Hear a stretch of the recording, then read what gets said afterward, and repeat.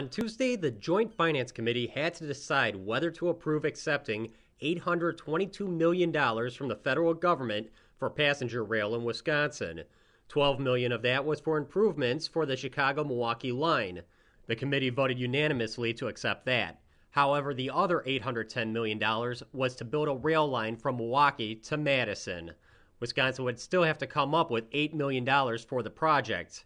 Representative Robin Vos proposed 4 separate amendments to the measure. Each one was shot down by the 12 Democrats on the committee.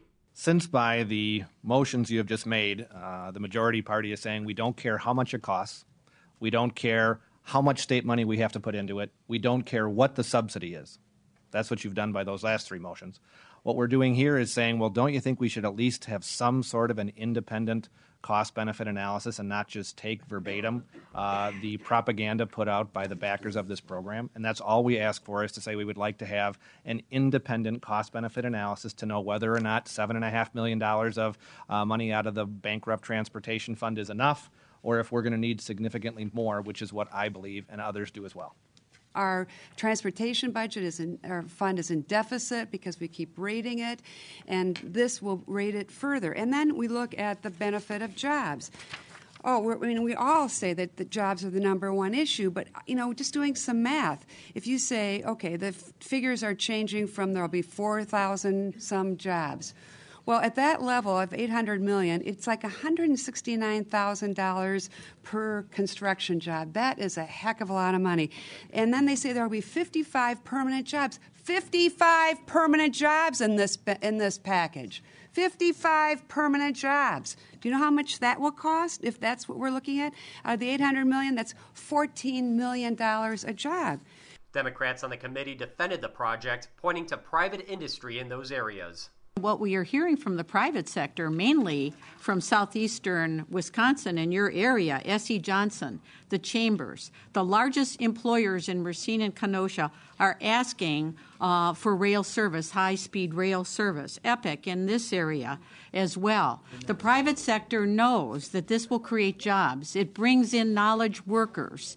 It makes for much more efficiency in providing transit to these workers who really clamor for this kind of transportation. And I see the amendment says that we don't want to use the transportation fund, which has decreased recently because of eliminating indexing, and I'm wondering if the representative from Racine would offer an amendment to support indexing the gas tax again, so we would be able to replenish the transportation fund. I've heard you ad nauseum on this committee tell us how we should be listening to the private sector, how we're not creating enough private sector jobs. And here we have the private sector telling us this recovery is extremely useful and what they need. The very people that you ask us to listen to all the time, and when they give you the advice, you say, well, not this time. I just find that a bit disingenuous as far as trying to listen to the private sector. I think, in this economy especially, we should be listening to the people who are helping to get the workers, and this is something they're saying they need. So I think it's going to be positive for not only this region, but for the entire state. It's positive for our economy, and like the other $3.8 billion that we put to good use that's come from the federal government to help retain and create jobs in Wisconsin, this will do even more.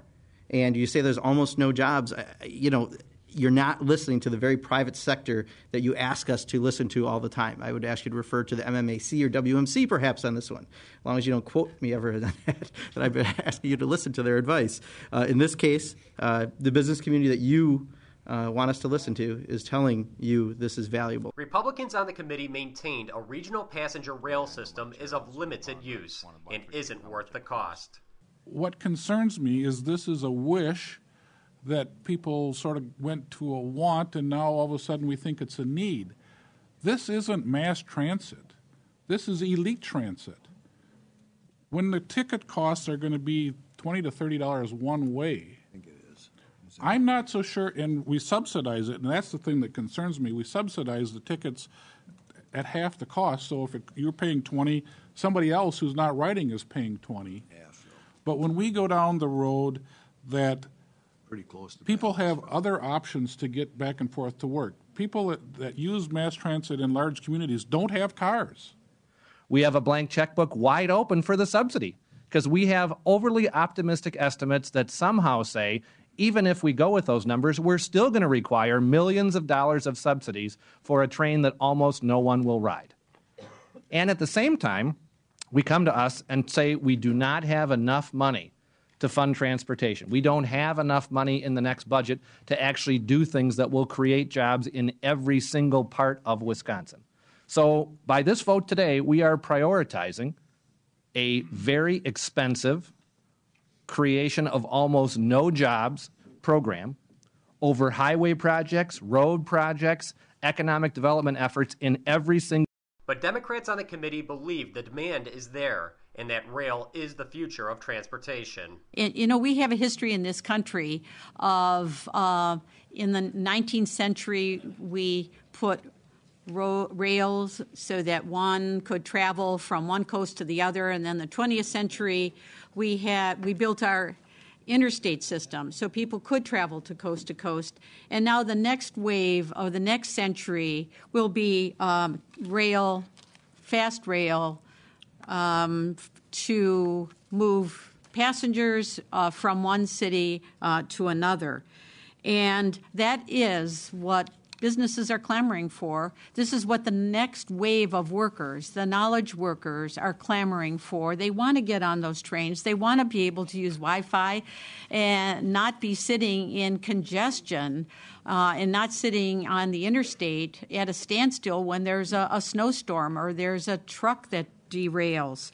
And with the congestion that we now see on our roads, with the high gas prices, as well as our big picture, we want to reduce our reliance on foreign oil. We want to reduce our carbon footprints. We want to do our part to prevent more global warming. This is just a very sensible and a very convenient way to provide for transit options. And I think that we forget another group, the elderly, as well as disabled. I chaired the Committee on Regional Transportation Authority, and we found that there are some elderly people and disabled people that cannot move from one city to another. They are totally isolated in their own community. And this will be another way to enable them to get from one city to another.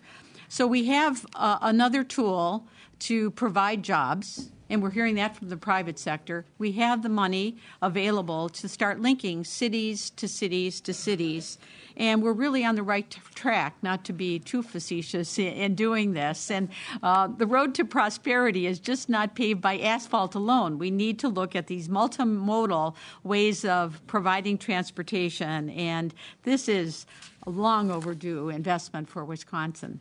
The committee voted along party lines to accept the money for the Madison-Milwaukee line, knowing full well the next governor and legislature could easily stop the project, and Wisconsin would have to return the $810 million to the federal government. For the MacIver Institute, I'm Bill Osmolsky.